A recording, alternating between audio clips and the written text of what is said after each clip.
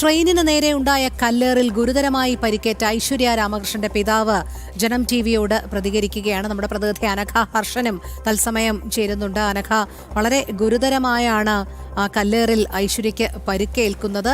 ഇപ്പോൾ ഐശ്വര്യ രാമകൃഷ്ണന്റെ പിതാവ് ജനം ടിവിയോട് പ്രതികരിക്കാനായി തയ്യാറെടുക്കുകയാണ്. അദ്ദേഹം എന്തെല്ലാം കാര്യങ്ങളാണ് പറയാനായി ആഗ്രഹിക്കുന്നത്?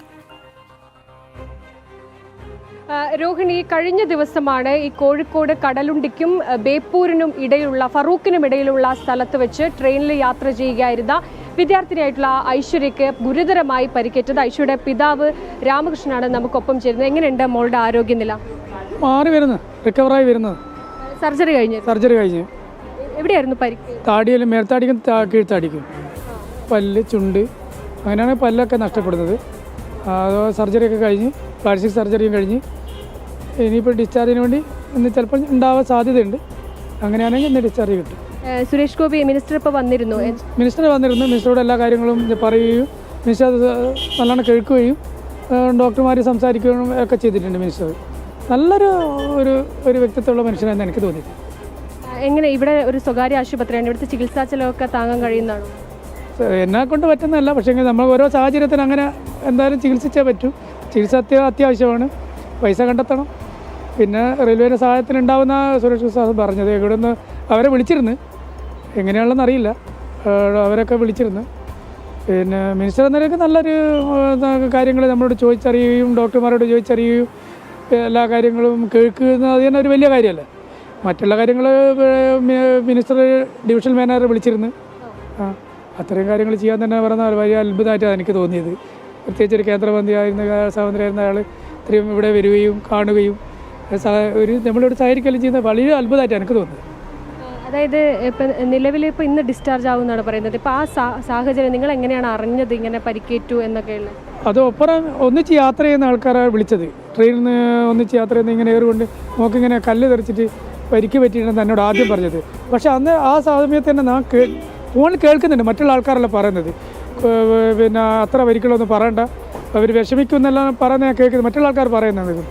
ഒരു ഇരുട്ടിയിൽ ഒരാൾ എന്നോട് സംസാരിച്ചത്, മാത്യു നടന്നത് എങ്ങനെ സംഭവം ഉണ്ട് എന്നാണ് പറഞ്ഞത്. അതിലൊരു ലേഡി സംസാരിച്ചത് മോള് വാതിലിൻ്റെ അടുത്ത്, ജനലിൻ്റെ അടുത്ത്, വിൻഡോ സൈഡിൽ. അതിന് മുമ്പേ ഒരു കുട്ടിയും ഒരു അമ്മയും ഇരുന്നതാണ്. കുട്ടിയും അമ്മയും അതിന് മുമ്പേ സ്റ്റോപ്പിൽ ഇറങ്ങിപ്പോയതാണ്. അന്നേരമാണ് ഈ അപകടം. അത് കഴിഞ്ഞാണ് ഇവളിരിക്കുന്നത്. അത് കഴിഞ്ഞാണ് ഈ ഇവക്കാണ് അപകടം പറ്റിയത്. കുട്ടിക്കൊക്കെയാണ് എന്തായാലും കുട്ടി പിന്നെ നമുക്ക് ചിന്തിക്കുന്നതിൽ അപ്പുറം ഉണ്ടാവും. ഒന്നും നമുക്ക് എന്താണെന്നുള്ള ചിന്തിക്കാൻ പറ്റില്ല. നിലവിലെ പ്രതിസന്ധി സാമ്പത്തികം ഒരു പ്രതിസന്ധി തന്നെയാണ്. വലിയൊരു പ്രതിസന്ധി തന്നെയാണ്. അതിപ്പോൾ എന്തായാലും സാഹചര്യത്തിനനുസരിച്ച് ജീവിക്കാൻ പഠിച്ചു എന്നുള്ളതാണ്. ഇനിയിപ്പോൾ എഴുന്ന പോയി കുറച്ച് പൈസ ഒക്കെ ഉണ്ടാക്കിയിട്ട് വേണം. ഇവിടെ 60,000 രൂപ അടച്ചു കഴിഞ്ഞിന് ഓൾറെഡി. ഇനി എത്ര അടയ്ക്കാനുണ്ട്? ഇനി എത്രയാണെന്ന് പറഞ്ഞില്ല, 2 ലക്ഷത്തിൻ്റെ മേലെയാണെന്നാണ് പറഞ്ഞത്. അപ്പോൾ ഇനി എത്രയാവും എന്നുള്ളത് കൃത്യമായിട്ട് അറിയില്ല. അതിലെന്തെങ്കിലും മാർഗികനെ ഓരോരുത്തർ വിളിച്ചിട്ടുണ്ട്, കാര്യങ്ങളെല്ലാം പലയിടം വിളിച്ചിട്ടുണ്ട്. നമ്മൾ പരസ്പരം സഹായിക്കുക എന്നുള്ള ഒരു ലക്ഷ്യത്തോടു കൂടി കിട്ടും എന്നുള്ള വിചാരത്തോടെ നിൽക്കുന്നത്. ഇനിയിപ്പോൾ എല്ലാവരോടും പറയണം, എത്രയാ സംഖ്യ എന്നുള്ള അറിയില്ലല്ലോ. അറിയുന്ന നമ്മൾ പല ആളോട് പറഞ്ഞിട്ടുണ്ട്, ഇങ്ങനെ സംഗതി ഉണ്ടെങ്കിൽ എല്ലാവർക്കും അറിയാം, എല്ലാവരും സഹായിക്കുക എന്നുള്ള അറിയില്ല. പിന്നെ ഇനിയിപ്പോൾ പൈസ എന്തായാലും കണ്ടെത്തിയാൽ പിന്നെ ബന്ധുക്കളും കാര്യങ്ങളെല്ലാം ചോദിച്ചിട്ട് പറഞ്ഞു. അത് തന്നെയാണ് രോഹിണി. ഇന്ന് ഐശ്വര്യ ആശുപത്രി വിടും. ഐശ്വര്യയുടെ ആരോഗ്യനില തൃപ്തികരമാണ്. പക്ഷേ ഒരു സാധാരണ യാഥാസ്ഥിതിക കുടുംബമാണ്. ലക്ഷങ്ങൾ ചെലവായിട്ടുണ്ട്.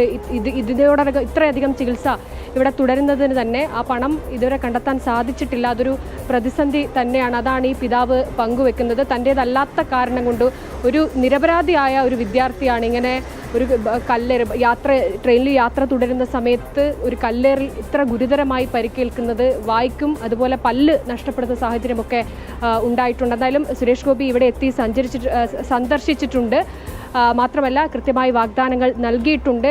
കുട്ടിയുടെ സംരക്ഷണം അത് ഉറപ്പുവരുത്തും എന്നാണ് സുരേഷ് ഗോപി നേരത്തെ പറഞ്ഞത്. രോഹിണി, ശരി അനഘ. ട്രെയിനിന് നേരെയുണ്ടായ കല്ലേറിൽ ഗുരുതരമായി പരിക്കേറ്റ ഐശ്വര്യ രാമകൃഷ്ണന്റെ പിതാവാണ് ജനം ടിവിയോട് പ്രതികരിച്ചത്. വലിയ പരിക്കാണ് ഐശ്വര്യയ്ക്ക് പറ്റിയത്. സർജറി പൂർത്തിയായിട്ടുണ്ട്. നിലവിൽ സുഖം പ്രാപിച്ചു വരുന്നു. പക്ഷേ അവർക്ക് സാധാരണ കുടുംബമാണ്, താങ്ങാവുന്നതിനും അപ്പുറമാണ് ചികിത്സാ ചിലവ് എന്നും അദ്ദേഹം പറയുകയുണ്ടായി. നമ്മൾ തത്സമയം ഐശ്വര്യയുടെ പിതാവ് പ്രതികരിക്കുന്നതാണ് കണ്ടത്.